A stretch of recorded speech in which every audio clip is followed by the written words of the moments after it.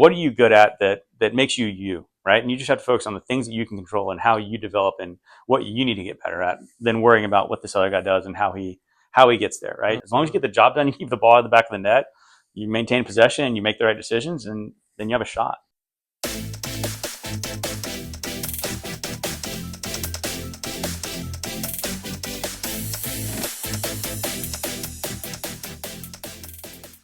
All right, guys, this is the very first episode of the Invincible Goalkeeping Podcast. I'm here on my old stomping grounds here at Wake Forest University, here with my goalkeeper coach from Wake, Coach Dane Brenner. He's been here since about 2013. 2011. 2011, wow, okay. So the longest serving coach here on the men's soccer staff. But today we're going to ask him a couple questions, get into his mind a little bit, and learn a little bit more about goalkeeping. But Dane, how are we doing? Doing great. Thanks for having me. I'm excited to do it and dive into it and see where it goes. Awesome. Before we get started, I got to ask, how has preseason been so far? Preseason's been good. Typical preseason. I think guys are kind of stepping up and taking ownership of new roles and trying to figure out, what it's like to not be a guy that comes in maybe the last 10 or 15 minutes of a half. Now you have to be the starter and carry the load of the majority of the minutes in the game. But it's been good. 10 new guys on the roster, 3 guys that were here in the spring, but 7 new freshmen, young guys. So trying to get them incorporated. And as you know, the culture and a lot of that stuff starts in the summer, during summer school. But so far, so good. Yeah. It's always amazed me how quickly you got to put the team together and be ready for such a short season as well. Yeah. But first, I want to start off just with your background. So what first got you into goalkeeping, and what started that whole journey? Yeah, I don't know if it was similar for most of us goalkeepers, but I started playing when I was 8 or 9, and I think very quickly my coaches figured out that there's a screw loose, and this kid's a little bit crazy. And I think I got thrown in the net and just did really well. Was just one of those kids that wasn't afraid of anything and kind of threw my body around, and it just kind of stuck from there. So that's kind of what got me into it. And then, I love the position. I love the sacrificing my body, making big saves, being called upon to do the things I needed to do. I never got out of the goal after that. I love it. So take me through the journey. So started playing goalkeeper at 8 or 9. What did the path kind of look like from high school up into college? All that? Obviously really different, right? I grew up, I was in high school from 2002 to 2006, and back then there was no MLS Next, there was no ECNL. It wasn't as organized as it is now. So I played every sport. I played soccer, basketball, football in high school, tennis. So I kind of bounced around sports fields. But basically, when I was getting into high school, I knew that soccer was going to be my major sport. And so I grew up playing High Point for PSA Stars, a club that doesn't exist anymore. But then, in high school, I played high school soccer and then also played club as well. So I was playing year round, which was great. And then my junior year, I actually got recruited by Wake. Bobby was their recruiting coordinator now, my position where I sit right now. He recruited me. I really wanted to go to Wake Forest. I was looking at Duke, NC State. It didn't work out for me here. It was just, honestly, it was too much money for my family at the time. But he passed me on to John Hackworth, who was at that point the head coach of South Florida. Another Wake guy, was an assistant here, played here. And I went down there to play for him. He unfortunately left and took the U17 national team residency job 2 or 3 months before I got there. So George Kiefer became the head coach, who was Bobby's also best friend in his wedding, groomsman in his wedding, was one of his best friends from UConn, University of Connecticut. So that's how I got to South Florida. Played 5 years there. I redshirted my freshman year. And then after, just wanted to get into coaching, and that's when I kind of started my coaching journey. So it's always amazed me how small the soccer world is. Yeah. And it's also so crazy because I feel blessed that I had the same staff that recruited me my whole years, and the fact that you guys are still here and I can come back. I hear about so many guys who commit, and then it's just, a different coach, and it just becomes so tough that way. Yeah. And so tell me a little bit more from that transition of finishing playing into coaching. How did that kind of come about? Yeah, so after I was done with college, I chased the professional thing and the dreams for a little bit. Had a tryout, was in preseason with Chicago Fire. Didn't perform the best, to be honest with you, as I could have or wanted to, and I kind of had it in the back of my mind already. I was like, when I'm done playing, I still want to stay involved in the sport. So I knew coaching was a pathway that I wanted to go in, and I called some coaches afterwards. I called George. I said, hey, listen, where do I go from here? Mm-hmm. And they said, listen, the place you can go to learn the most in terms of if you want to be in college soccer, the marketing to coaching to running a club to getting fans to games, basically learning everything about fundraising, everything about the college athletics, a full 360 kind of view of a program. He's like, you should go to UConn. So I got a job there as a volunteer assistant, basically, and I was a volunteer there for 4 years. While I was there, I got my master's. I wanted to get my master's. I wanted to continue education, so I got my master's while I was there for 4 years, and then the job opened to come to Wake. Bo Ashani, who was a goalkeeping coach here, recruiting coordinator, he left to become a head coach, I think, at ETSU. And I kind of told the coach at the time at UConn, Ray Reed, I said, listen, this is my dream. I've always wanted to be at Wake. My dad played football here. It's 30 minutes from my house. It's where I always kind of wanted to be. I loved the program before. I want to be a part of it. And he was very supportive of me and helped me get the job. And from then just kind of ran with it and then been here since 2011. Yeah.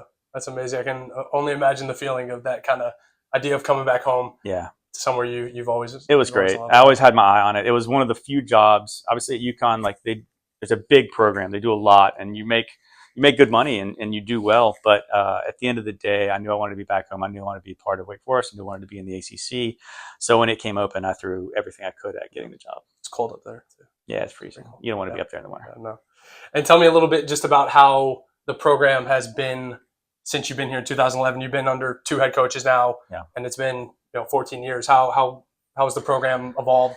Yeah, I mean, so many changes in so many different ways, from a lot of different ways you want to look at it. From just a Wake Forest University perspective, the amount of growth, the amount of investment into the facilities, into athletics, our game field, our practice field, Walt's wall, the fencing, just everything that we have now is completely different than we had in 2011. In 2011, there's a 6-foot difference from the top of the practice field to the bottom of the practice field. If it rained, you didn't practice on the bottom half because it was mud. So just from that perspective, but the ACC is completely changed. Like we have new teams. Maryland's gone. We have SMU, Cal, Stanford. So it's a different world. College athletics is completely different.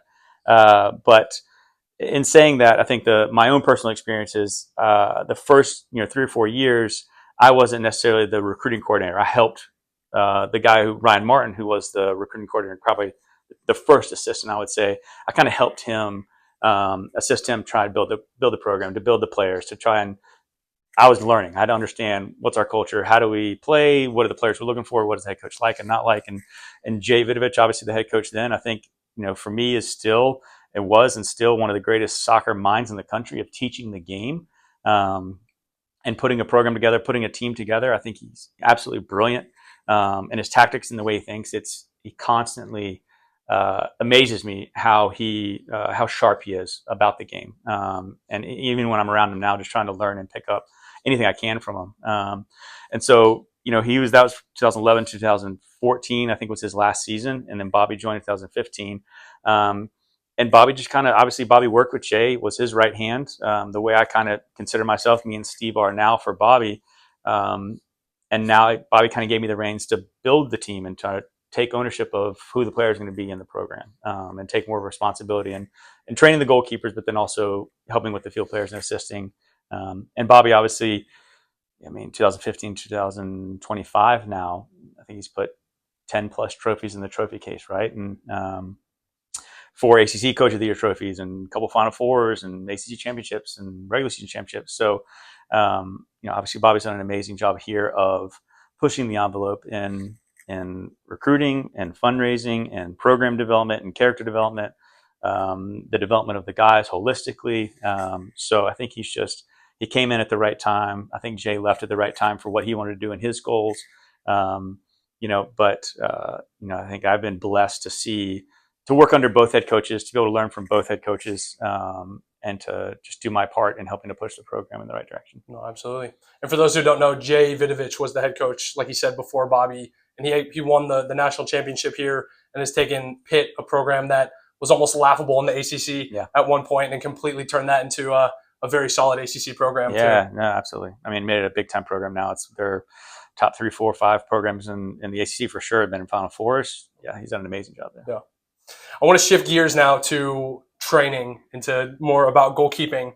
I want to know, what is your goalkeeping philosophy? So what I mean is, like, what do you believe is the most important things for your goalkeepers? What do you focus on more than everything? Because right, there's a lot of things we can focus on, but what Yeah. are would you say like the most crucial things that you focus on in training day in and day out with your keepers, and they need to be at a very high level in some of these areas? Yeah, I mean, I think that every goalkeeper is different, right? Like I think you were very different from Alec Farrell, who's very different from Trey Southland, who's very different from my goalkeepers that I have now that are fighting for the job, and different from Michael Lish, who I had first, and Andreu. So everybody's very different. So I have to really look at who you are as a goalkeeper, the things you bring naturally, the things that are your superpowers, the thing you do really well. What are your deficiencies, and how do I make the things you do really well better? And then how can I take the things you're not so good at yet and continue to push those things so that they're competent, or at least make them a strength of yours if I can. Um, but all that has to be in the context of our team, right? So I think that when you ask like what are the most important things on my philosophy on goalkeeping, for us as a program, we are a team that builds, right? Like you have to be competent with your feet, you have to be competent with your decision making and your command of the team, and how we're going to build and when we're going to go big if we need to, but then also um, you have to be a good shot stopper. You have to be able to come for crosses. So your reading of the game and how you dictate your back line um, are intricate things that are part of our group and our culture and the team. But also when I'm looking at goalkeepers and I start doing our goalkeeper training, your movement and your decision making is crucial in the way. And so I'm trying to put our goalkeepers in my training sessions in as many game like situations as I can, at an intense clip, at a demanding clip, so that when they're ready for the game, hopefully the game is going to be easier for them than the sessions that I put them through. For sure. And something you touched upon there, I remember while I was here, these were probably some of the hardest goalkeeper sessions I had ever been through, especially as a pro. Some coaches, and I appreciate everyone's styles, but a lot of pro coaches I've had have been very technical, and part of me just kind of missed that piece of being pushed pretty physically hard. I remember one preseason, we had a Spanish goalie, and he looked at me after one practice. He said, "Bro, this is not goalkeeper training. This is military training." So he said to me. But what is kind of your philosophy on making training difficult physically on a daily basis, pushing both your body and your mind, Yeah. so that you're ready on game day for the demands of what it is? Yeah, I think my sessions have to be demanding. I think also because the age group and the group of players I'm working with, right? They're 18 to 21 year olds. A lot of their goalkeeper training they've gotten before is either inconsistent or it's not at a level enough that's going to get them to where they need to be to play at an ACC level to be able to reach the next level. When you're in the pros, yes, you're working with a certain level of goalkeepers that you don't need to do the things that I probably need to do in my sessions. But there's a lot of fundamental things I still have to teach and work with in terms of footwork, in terms of going with your top hand, in terms of your movement towards a ball, and then your hand shape, and how you dive and your decision on when to dive. So there's a lot of fundamental stuff that I have to go over, but also some of it for goalkeepers that I work with, in our age group too, is just it's mental fatigue. Like how are you when you get tired? How are you when things get tough? And then the decision making that goes into those things. So I think I'm trying to, in a lot of my sessions, put them in those situations where I can get them to a point where they're physically tired, and then I can still push them and call out decision makings that the decisions that they're making to say, hey, is that positive? Is that negative? Did you make the right decision? Are you starting to fatigue mentally? Well, how are you going to be in the game in the 88th minute? If there's nothing called on you, what are you going to do in that time if you're fully fresh and you haven't done anything? So I think the age group that we work with in terms of the college goalkeeper is going to be a little bit different, I think, than maybe the next level pro goalkeepers. But my goal in my sessions is to push the guys so that when they leave, they knew that they got work, right? But they also knew that they got better, that they feel cleaner, they feel sharper, they feel stronger. And then it's daily, right? It's like every day they have to be able to stack a brick. Every day they have to be able to feel that they walked away and that they were moving in the right direction. I think if we do that continually, day after day after day, as I pull back on their legs, as I pull back on their work, that by game day that they all should feel like they're flying around the goal and they're invincible and they can make any save. No, 100%. I would say I attribute a lot of the mental fortitude that I have today from some of those sessions. And even just, I remember maybe some preseasons, man, it's just hot. It's the second session of the day. You're still pushing us. And I don't know, like feeling really proud of myself for pushing through some of those. So I think sometimes you don't appreciate what you have when you have it. I think no doubt. After some of those sessions, I'm like, man, I hate this guy. Yeah, screw this guy. But looking back, I know it was for my own benefit. The final piece going on training, what do you believe about competition? You guys recruit a lot of high level goalkeepers. When I was here, there was always good competition every year I was here. What do you believe about competition and making sure that there's always good competition and, never getting complacent? That starter, maybe he had a good year, but it's his second year coming back. How do you keep him hungry? Yeah. And what do you believe overall just about competition? Yeah, no, I mean, I think from my own personal journey, the only times I felt I was ever getting better, and I've carried this into my coaching philosophy, the only times I ever felt I was getting better as a goalkeeper was when I was with goalkeepers. Honestly, I could look at them and be like, yeah, that guy's better than me. Mm. Like when I was a freshman, I trained with Troy Perkins, who was an MLS goalkeeper for a long time. He got some time with the national team. I think he had a 10 or 12 year career, but I was a freshman, right? He was a junior, I think. And then he left to go somewhere else as a senior, but he was just way better than me. He was cleaner, he was faster, he was better with his feet, his decision making. Like he was a proper goalkeeper, and I was just an athletic kid who would fly around the goal and sacrifice his body a lot. I was so raw. As I got older, I got to go down and train with the national team, with the U17 national team, 18 national team, and even I was a year or two older than those kids. But I was like, oh no, like I have to be in an environment where those kids might be better than me. So I'm a huge believer in someone has to be there behind you that you think at any moment can take your job from you, for you to not take a shortcut, to not show up 5 minutes before training instead of showing up 15 minutes before training and getting that extra couple of passes in that you need, or a couple of things handling wise if you want to get it started there, whatever it may be that you need to work on in your game. That only comes from knowing there's a guy right behind you that is fighting and kicking and screaming to take your job from you. Now, obviously, there's a mental aspect of our game, and you have to have confidence in what you're doing. But at the same time, if I ever thought that I was way better as a goalkeeper than the guy who was behind me, that's when my game plateaued, or just naturally started to take little shortcuts here and there, which you can't allow. It's the same thing we do with our team, right? It's the same thing we do with our roster when we're developing guys. Is that you have to have two deep in every position, and the goalkeeper position have to have two number ones. And I think we've had that honestly every single year since I've been here. I've felt very comfortable either one of the guys going in the game and playing if we need to. Yeah. Yeah, and it's funny because, and I tell this to a lot of young keepers, I think when I was here, I'm always looking to the guys to my right and left and thinking about all that. And then it's like, I step out into the pro world.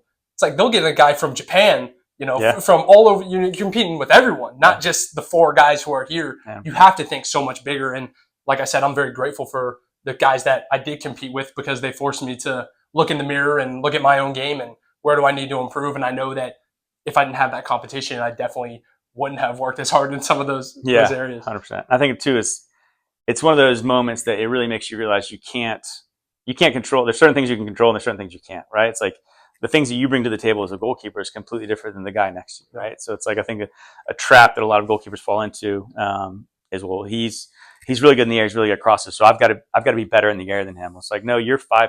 I don't know how great you can be at. You have to be confident. You have to be able to do that job.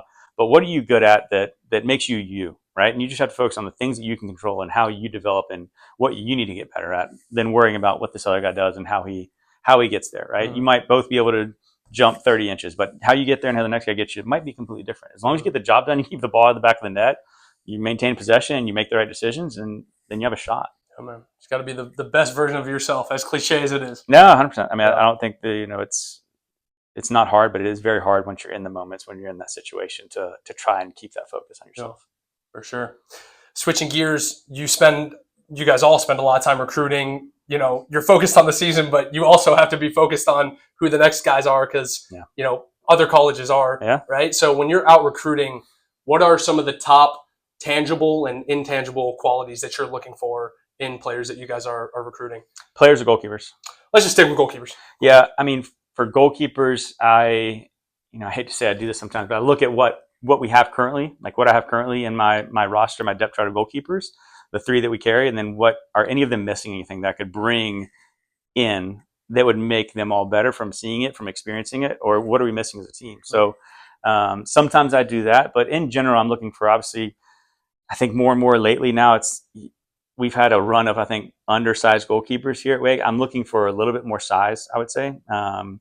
So 6'1", 6'2", I think I'm looking for size, athleticism, but then just like command of a goal, like your cleanliness and just how you carry yourself about the goal, how you carry yourself amongst your team, your leadership capabilities. How do you talk? How do you do when things go when things go wrong, like if you give up a goal, you give up a mistake, what's your response from that? How quickly can you move on from it? Now, a lot of those things you can watch and you can tell. I think obviously we've talked about it, but goalkeepers, you have to carry this fine line and walk this line of um, arrogance and confidence. And you kind of, some goalkeepers can teeter on either side of that, but there has to be an unflappable just confidence in the way that you go about your talking to your team, how you build them up, how you talk to them if things went wrong, and then it yourself too, right? Like if you give up a mistake, how do you deal with those things? So those are the things I look for.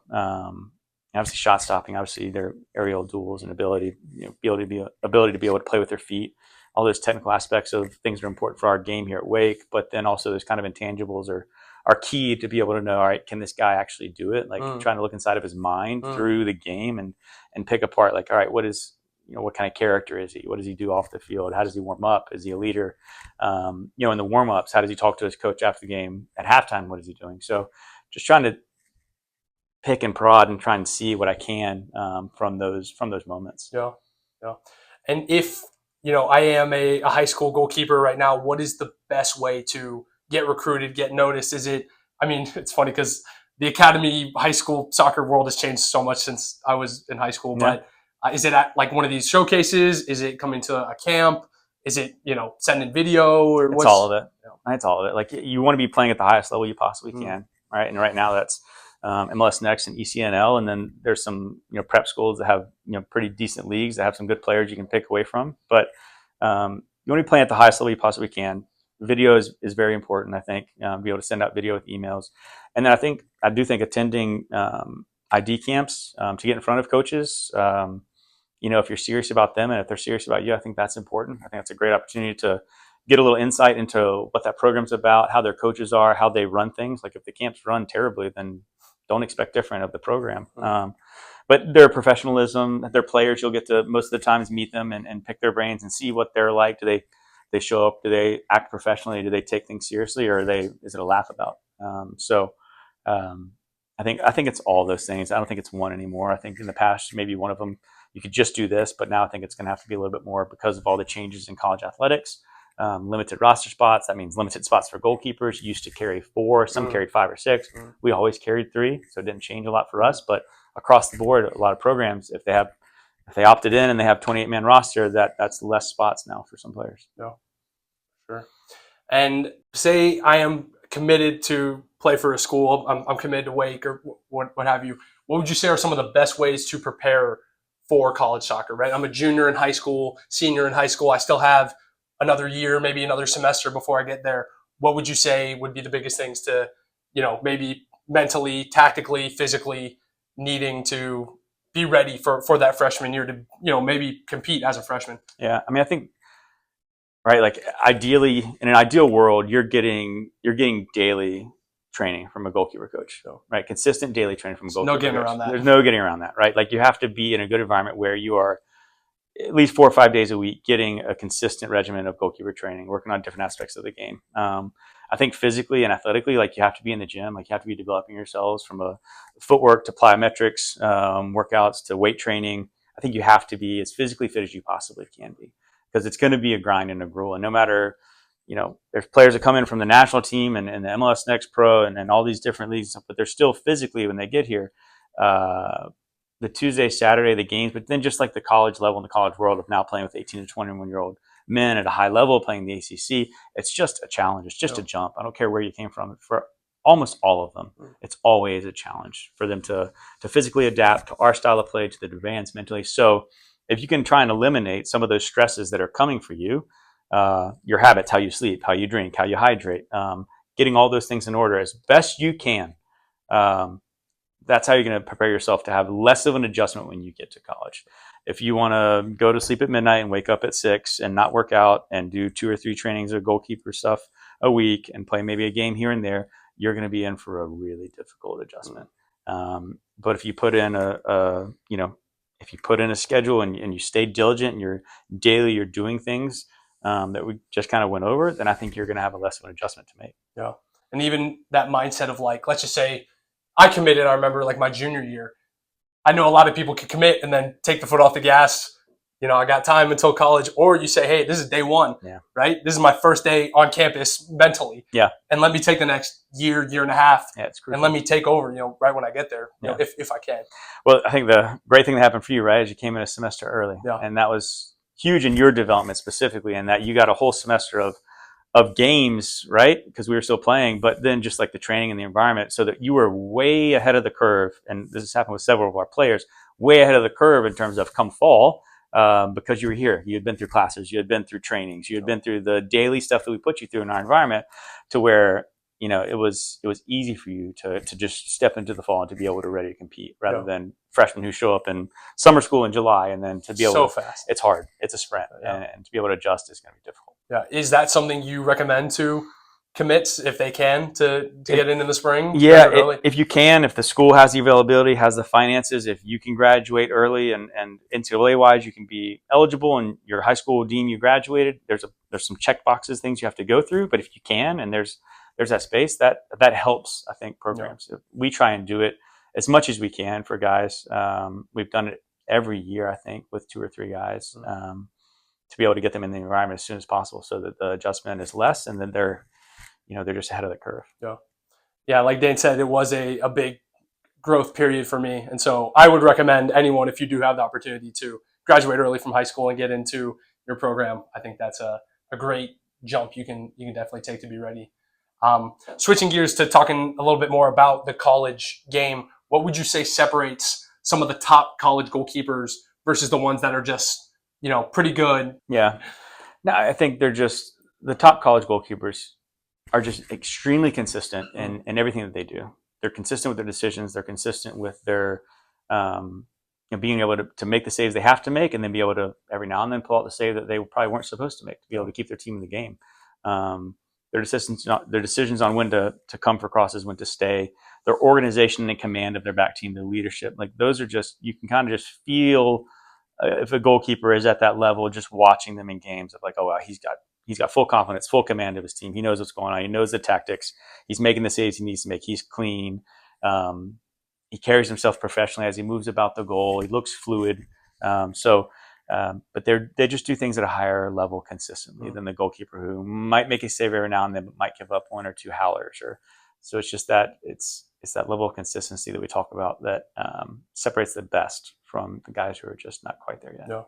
And it's not always the flashy, like you said, right? It's 20-something games of the season, but you're doing your job. 100%. Because it comes out on film, right? Like we scout, everybody scouts, right? We all have the same access to video and things like that. So if we see a chink in the armor, and trust me, we watch a ton of video. Every program does. So if you see something in a goalkeeper that you think you can take advantage of, trust me, we will take advantage of it. If they have a weak foot, we're going to go at it. So it's like, if you're not consistent and you're not maybe good at claiming aerial balls or whatever, then we're going to start serving more balls in the air. So it's that consistency piece across the board. And does this guy check every single box? Yeah, he does. Does he do it every single day? Well, he's done it consistently the last 4 or 5 games. He's in a good spot. So yeah, I think those goalkeepers separate themselves. Yeah. And for keepers in college right now, what would you say are some of the keepers that you've seen, high level keepers you've worked with, what are some of the best daily habits, weekly habits that can help you start to separate yourself and be a high level college goalkeeper? Yeah. I mean, those guys, they show up early, they stay late. Those guys are there 20 minutes before a game. They're there 15, 20 minutes, before training, 15, 20 minutes after training, just doing a little bit of extra. And it could be a bunch of different things, but things they feel like in their game that they need to work on. Those habits, and then just taking care of their bodies, taking care of the mental side of the game, the way they sleep, the way they hydrate, the way they eat. They're just professional in everything that they do. When they walk off the field, or on the field, obviously they're professional. They're consistent with their training and their habits. Before and after, like I said, they're showing up. But then off the field, how they take care of their work, how they are proactive in their studying, how they're proactive in how they're sleeping and hydrating to prepare for games, how they recover. They just do all those little things that just give them just a little bit of an edge. Whether it's they need a little bit more work on plyometric work, or they need a little bit more time in the weight room with our strength coach. So they're just taking care of those little things proactively to feel like they're just getting a little bit better than the next guy. Yeah. All right. This has been great so far. Just to wrap up, if you had to give one important piece of advice to a young high school goalkeeper that would love to play at a program like Wake, would love to play professional soccer, what would be the number one piece of advice you would give that young, hungry goalkeeper? Work harder. Work harder. No matter how hard you think you're working, there's somebody else working harder. I think that we all think that we're working extremely hard until we come up against somebody that's working harder. Right? And I think if you have that mentality in everything that you do, that you need to work harder. Whether it's okay, I need to wake up earlier, I need to get a run in, I need to get a workout in, I need to, take care of my academics. I need to work harder. Like there constantly has to be something in the back of your mind that drives you. That you don't have time. You're not going to do it tomorrow. It's not going to show up next week. You have to do it daily, and it has to be a habit. And you've got to want it more than the next guy. Whether that next guy is right next to you, like we talk about competition. Whether if I'm going for a run, I'm going to run faster if I'm running with you. It's just going to happen. I'll run further if I'm running with you. If I'm on my own, I'm more apt to maybe not go for a run or run less. Same thing with workouts. So it's like in those moments, you have to daily, because no one's going to be there to pick you up and make you work out and make you go do this. No one's going to tell you to go sleep on time, put your phone away. You have to dictate those things in yourself. So it's the discipline to do those things. But if you're on your own, it's hard. But at the end of the day, you just have to have that voice in your head that says, I've got to work harder than this. For sure. Would you say it would be important to try to find a friend or maybe a mentor or someone who if you can, but it's hard for someone to be as bought into your dreams as much time as you're going to need to put into it, as you have to be first. You've got to want it way more than anybody else is going to want it for you, because I wouldn't even with you, as much time as we spent together, as much as I trained you, as much as we did extra, as much as we talked about and bought into and met and all these things, you at the end of the day had to want those things more for yourself. And the light turned on for you as a goalkeeper when you started one of those things more than you wanted me to want them for you. Like I can force feed you habits and details and structure, and I can get you 80 or 90% of the way there. I can make you better, and it takes some time, but you're going to get way better, way faster when you finish that last 10%. And it's more important for you to do those things because you want them for yourself than ever me wanting it for you. I think that's for your development, for all of our players. And that's when the light switches on. That's when it changes for them. It's when they want it more than us. Yeah. No one can ever want it more than you want it for yourself. I love that. Last question. What is your favorite? We asked how you got into being a goalkeeper. What is your favorite thing just about goalkeeping in general, even to this day?